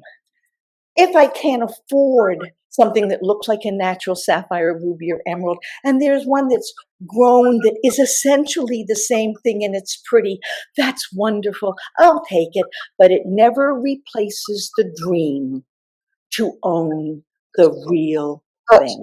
But if I can just, these days. Sorry. I'm sorry, Christine, am I? Okay, no, if I can, you know, what about what Stanley said that before, that, you know, a lot of consumers have very negative perceptions about the diamond industry. Not all, and I would not say all of them are illegitimate. There, you know, there have been certainly bad serious issues in the diamond industry, and that, you know, that so-called dream that Antoinette talks about is perhaps not as prevalent among younger consumers, and it's something that we're going to have to work on. Any thoughts on that? I think it's very important to provide greater education to the public. We've sort of let it drop because everybody gets GIA reports, and it hasn't really become that much of an issue, apart from the ecological issues that were also promoted heavily by the the factory-grown producers. But when people come to realize there really is a rarity issue, and I hear people saying, well, diamonds aren't really that rare anyway, it's all just a myth. The reality is, in the last couple of decades, the number, and I'm talking millions of people who are now buying diamonds who were never able to buy diamonds before. The number of people in China, the number of people in Russia, the number of people in Africa, the number of people who economically and for other reasons weren't buyers of diamonds are and have. Actually, forgive me for interrupting you. You're making excellent points. I have to be cognizant of the time. We started a little bit late, so we're going to be able to go over a little. But we do need to say goodbye for now. But thank you so much for the insightful wisdom and decades of experience. Rob, before I hand this back to you, I just want to finish on one note. There is a rarity to diamonds, and it's becoming greater and greater with every passing year. And the public does not understand that. They think it's just a device that was used to sell them something that is common. I hear that word all the time. We need to address the fact that naturally grown diamonds are not common and are becoming less and less readily available. On that, I'll end. It's been I really enjoyed everything all of you have said. I learned a lot today too. Thank you, Robert. We've got about 10 minutes before we close, and if I can maybe just reference, and if you've done this when I've stepped out, forgive me for repeating a question, but there are a couple folks that are Todd Chatham, for example, that is trying to express a couple of points, and also a gentleman that we're looking forward to having call in, that he won't be able to now because of our technology issues, but he has a couple great points as well, and then if possible, I'll just do a quick 60-second wrap up of it, but just to give you a time signature, we've got approximately.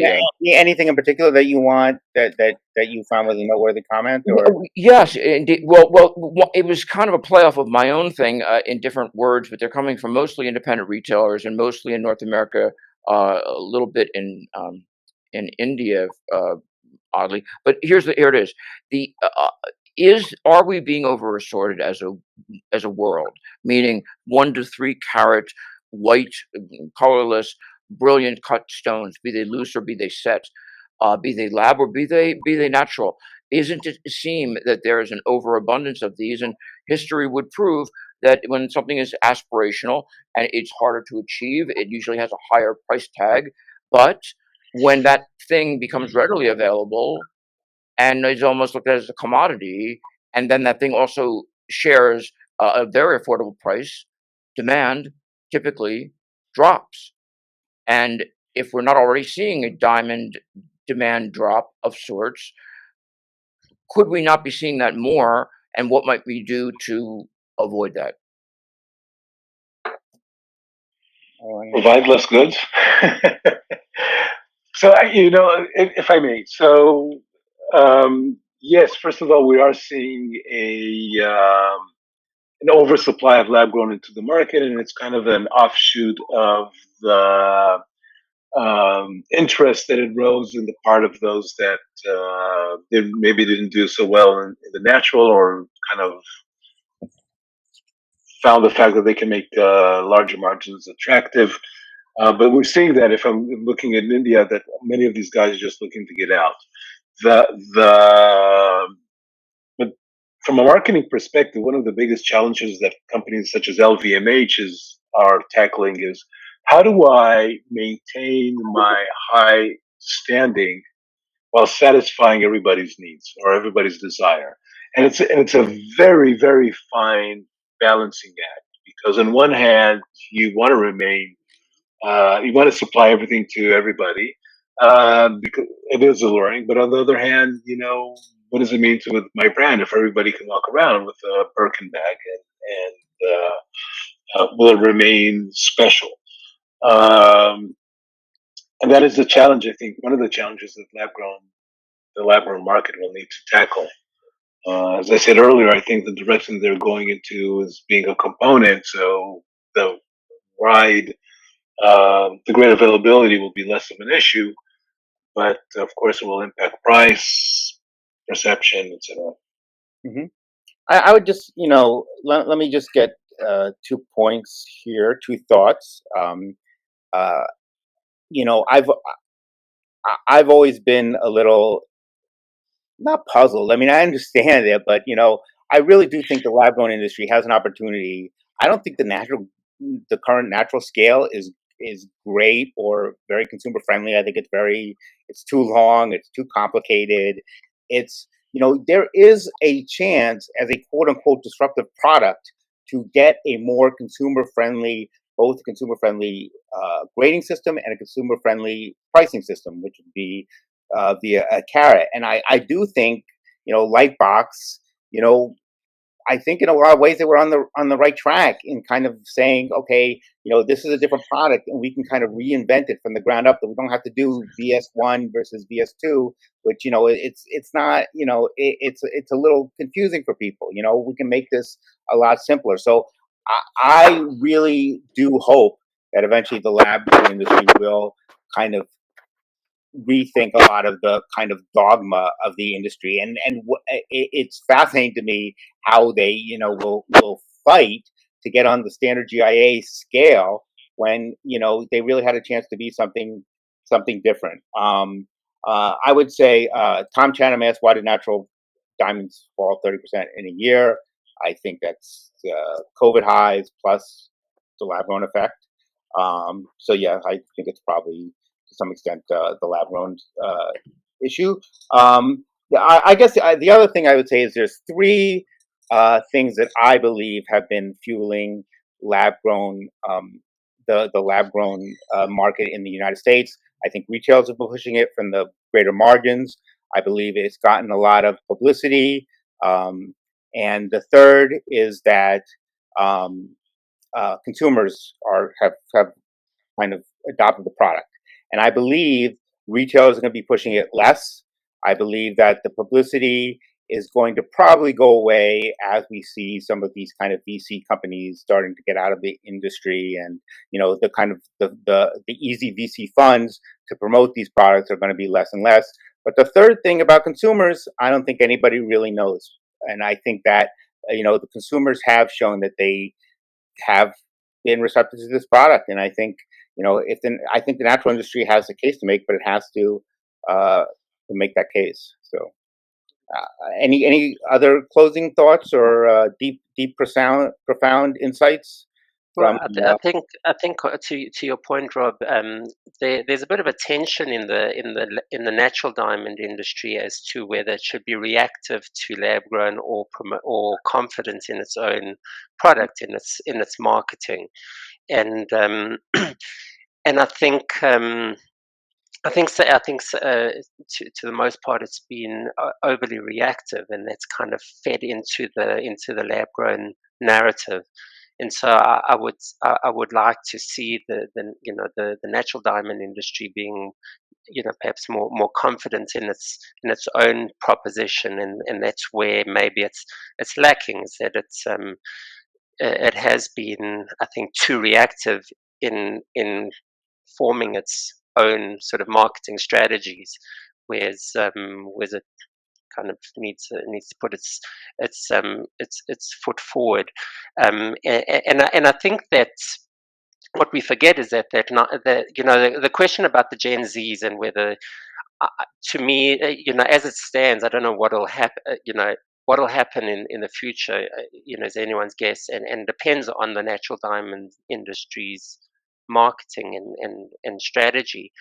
But to my mind, the younger generation is very much on board with the dream of and has desire for natural diamonds. And so it's a question of nurturing that. The industry's got a legacy of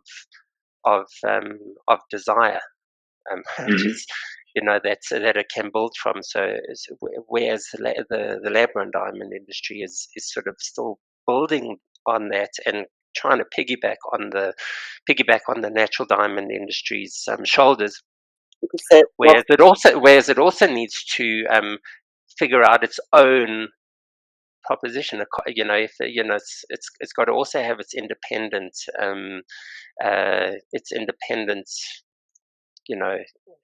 marketing play. Sorry, Christine. Yeah. Oh, I'd just like to speak to something you said.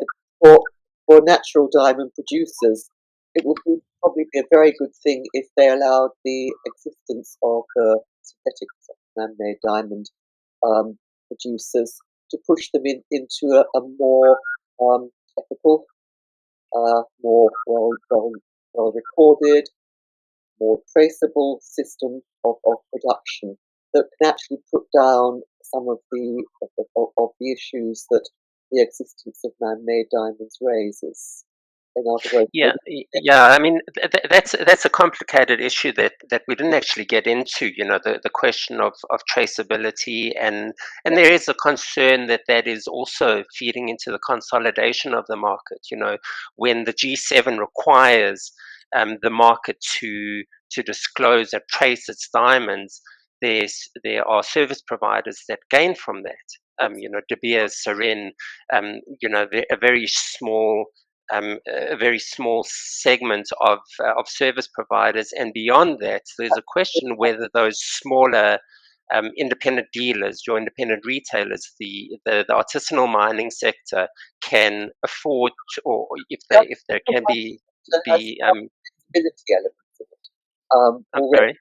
In Sierra Leone and in the DRC, there's the Miandelo traceability, which I think probably. Well, yeah, those haven't been widely adopted, but it's a question as to how audited can this industry get, and it affects those smaller players. So it's a complicated discussion that we don't have time for, but I do agree that it requires, as an industry, to market in a more ethical, with a more ethical and messaging. And again, we're 23 years after the Kimberley process, right? We're whatever, 16 years after that movie. If you asked me back then, I would think that the industry, and I'm just talking about the industrial mines. I mean, I know the artisanal sector is always going to have issues, but I would expect that there would be no issues, and unfortunately, that's just not true. And that's a very interesting thing to raise as a point. Because why? Mm-hmm. So, yeah. Money, but yes, I am. Always follow the money.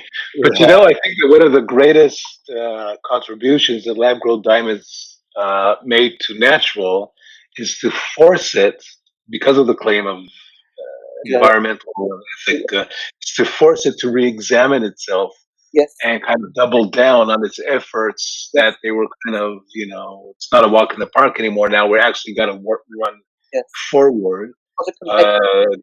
The G7 process, I think, really forced us.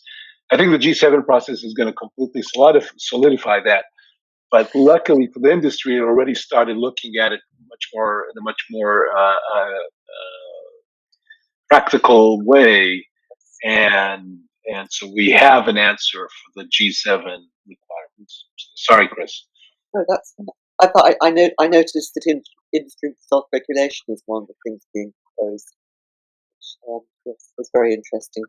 Yeah, it's probably If I can step in, we've got a very patient individual that is also from halfway around the world that's looking to chime in. So he's going to join the stage, and if you could introduce himself, tell us where you're from and what your question is for the panel, and for Rob.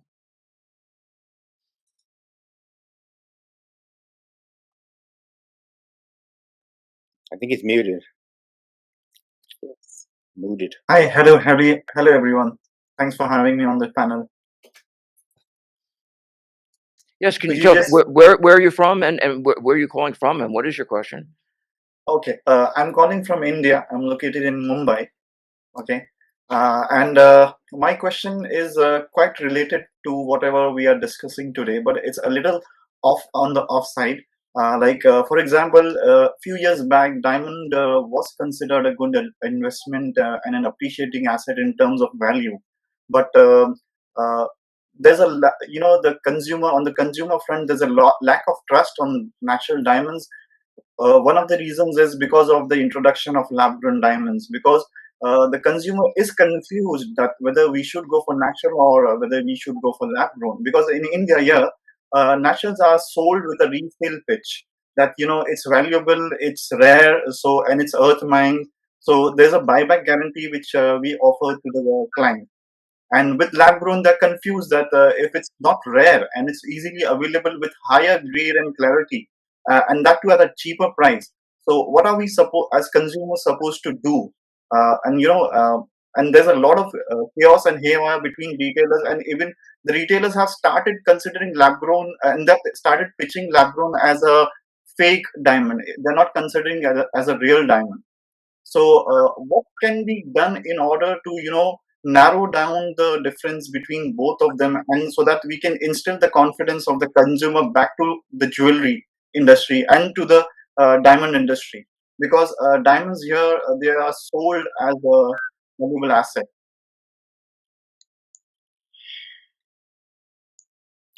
Should I? Yeah. Well, you got to remember that every time you buy a jewelry item, you're really buying something. Maybe not always, but often you're buying a story, right? It's a symbolic gesture, especially if we're looking at bridal, but in other occasions as well. Graduation, birth of a child, meaningful points in our life. And in that regard, the esteem that we hold, the value that we hold of that item is emotional, and it's not one that we can really, attach a tag price to it. So if I have I happen to have my great great grandmother's pocket watch. I don't know why she needed a pocket watch, but she did, and I have it today, and it doesn't work, but I don't want to touch it. This is what I have. It's a heirloom, and we attach great value to those things. And in that regard, it's not really a matter of is it 18 karat gold or 14 karat gold, or is it natural diamond or a lab grown diamond, especially in the consumer market, especially in the United States. At the end of the day, the value is in how we market this item and how we, as retailers, and how we perceive it as buyers, as consumers. And that being said, we won't have that kind of attachment to a plastic ring as much as we have it for a diamond gold ring. So the materials are important, so while they're symbolic, they are still important because of their economic standing. And once again, so for a natural diamond, the value is definitely there, and it's clear to understand, easy to understand. I still think that the lab grown industry desperately needs to reinvent itself. If you look at the trajectory of sales and market share, we had early adapters generating very serious market share. But if you look at the trends in the last couple of months, we're seeing that that's kind of tapering off. If that trend continues, we can easily say that we, sort of reached a very typical point in the life cycle of a product where after um, early adapters push it into the market, it's sort of a plateau. And that is a golden opportunity for the lab grown industry to reinvent itself and change its positioning. And of course, it's an opportunity for the natural industry to sort of continue to veer off into its own very particular direction and try to solidify its position as a unique proposition. Okay, I'm gonna. I guess I'm gonna try to wrap up, but unless there's any other final thoughts or comments, I mean, I would just say, somebody, and this is somebody from, he doesn't work at Rio Tinto anymore, but he used to work at Rio Tinto, and he said, for years, natural diamonds had no real competition for engagement rings, right? You go to a jeweler and they give you a natural diamond engagement ring. And now there's competition, right? And in a way, natural diamonds are a new product than what has been advertised for whatever it is, 75 years, 80 years. So people need to, I believe, both industries have cases to make for themselves. And I think the natural diamond industry has a case to make for itself, but it has to make it. It's a different world, and you can't, people are saying this is the same but cheaper, and that's the oldest sales ploy in the book, right? There's no older, this is the same but cheaper, right? That's the best sales technique there is. So yeah, it has to make its case. It does have a case, I believe, but it has to make it, and you got to get out there. And I think this has been obvious since lab grown came on the scene. And any other thoughts or? Can I just add something to it? Yeah, sure. Yeah, what I would like to say is that natural and lab growns should be accepted, both of them at the same time, because when we have inventory of natural diamonds, it takes a lot of investment. So there is another category of people who do not have those huge kind of investments. So they have kind of sided with lab grown diamonds. So and we should promote both of them equally at their individual platforms. And we should educate the consumers first and let them make an informed choice. That is what I do. I educate the consumer and let them make their informed choice, what their choice is. So I think so both of them have a room to coexist together. So we don't have to really differentiate and take sides for either of them. We can, educate the client and let them take the informed choice at the same time. I completely agree. And unless there's any other thoughts, I guess, thanks to all my panelists. Thanks to Dan. Here's my book, because I have to plug my book, robbatesjck.com. And I think we have, any guys you want to plug anything? Adahn.Golan.com and I book down, but I might drop it. Okay, Avi, what's your site? Yeah, you have to plug yourself. Yeah, I'm good. Okay, all right. Avi's modest. Okay, Dan. It's AviKrawitz.com. I'm sorry. There you go. That's very good. Krawitz with a W. That's right. And yes, the book cannot go. It's actually, there's a question, Rob, about your next book. Someone wants to know, if it's about lab grown diamonds, what might you call it, and will it be your last book? You know what? I have a title in mind, but I'm going to hold off on saying it. But it's not lab related. It's a little generic, and it will probably be my last book, unless someone gives me millions of dollars to write. Or until the movie comes around. Yes. Since I would say it's highly likely it will be my last book. In fact, but, Edahn, you're on mute. it's killing me. You know, it's a lot of work. I used to have a full head of Yeah. If we can do some cross promotion, I can testify that the first two books are fantastic and a lot of fun to read, especially if you're in the diamond industry. Yes, absolutely, absolutely. It's a welcome separation. Well, let me thank Amar for calling. We're gonna let you Thank you. disconnect for now, and I do need to Thank you. thank Rob. Absolutely, Rob. First and foremost, for your time. I mean, you really are known as the industry authority, and for a very good reason. And as super humble as you are, you always present some just really dynamic facts, and that is true for the other three people on our panel too. I'm thrilled that the candid conversation was had. I feel like we've only scratched the surface. I have to say something comical before we all sign off, and that is that I started this MMDA thing, the Mind and Man-Made Diamond Alliance, MMDA.world. And it was supposed to be that November 1st, today, was going to be the opening of the founders members to see, who wanted to join, right? And I find this comical. I put a limit on the founding members as 50, right? And 50 people, not all at once, but through the course of yesterday and today joined, but they all happen to be natural diamond people. And I'm not a conspiracy theorist, but I can't help but think that it's just a little odd that they, maybe they know each other. What's going on here? Because one of the questions was, if there was a predominantly larger force of natural or lab on the Founders Council, will that guide the whole point of making this is to make equilibrium and to make it fair and not be one-sided or the other.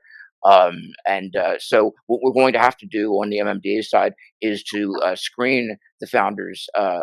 So even if you're interested in joining, there's going to have to a little switch on that, just because of the oddity of what occurred in the past couple days. And in closing, Rob, starting with you, may I just say any closing words or thoughts that you have for the industry at large, the rest of this year and on to next year? Well, maybe they thought it was MDMA and you were selling ecstasy. I don't know, but yeah. No, I mean, yeah, I gave my closing thoughts. I mean, I think that this is going to be a bit of a fight, a bit of a battle, but hopefully, I think it can be waged in an honest way and in a constructive way, and in a way that helps everybody and that eventually does good for humanity and for people. I mean, I think this is an industry that touches a lot of people and that a lot of people depend on, and that hasn't always been good to people. And it needs to be better.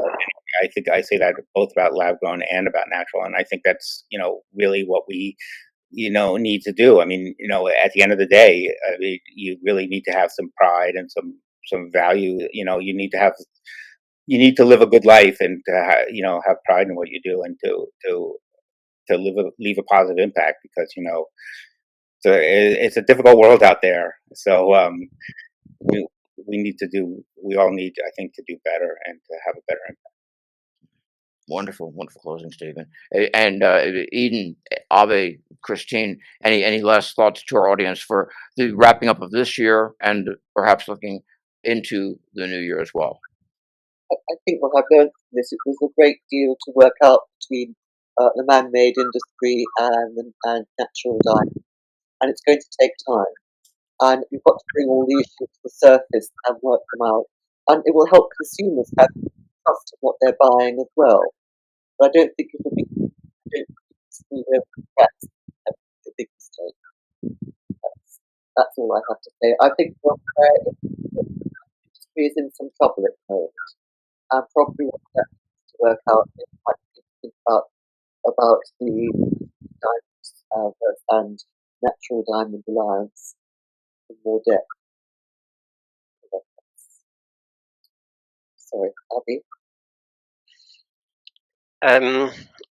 Yeah, look, I mean, this year has been a very difficult year, regardless of the lab-grown natural debate. The industry is in a tough position, and I actually think that come next year, that this debate will take on a different meaning. I think the sort of the tension and the fight has been fought, and as I opened with, I think we sort of starting to get into a new phase where the lab grown industry starts to find its place in the market in a more sustainable way. I think it's had its growth spurt, and it's had its entry into bridal.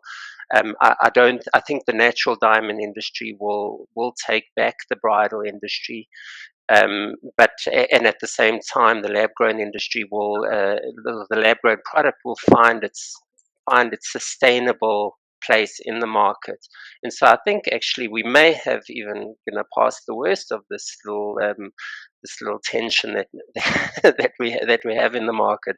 I think the industry's actually got bigger fish to fry, and that is how do we stimulate a general desire for diamonds, and how do we stimulate this market again, because it's been a very difficult year.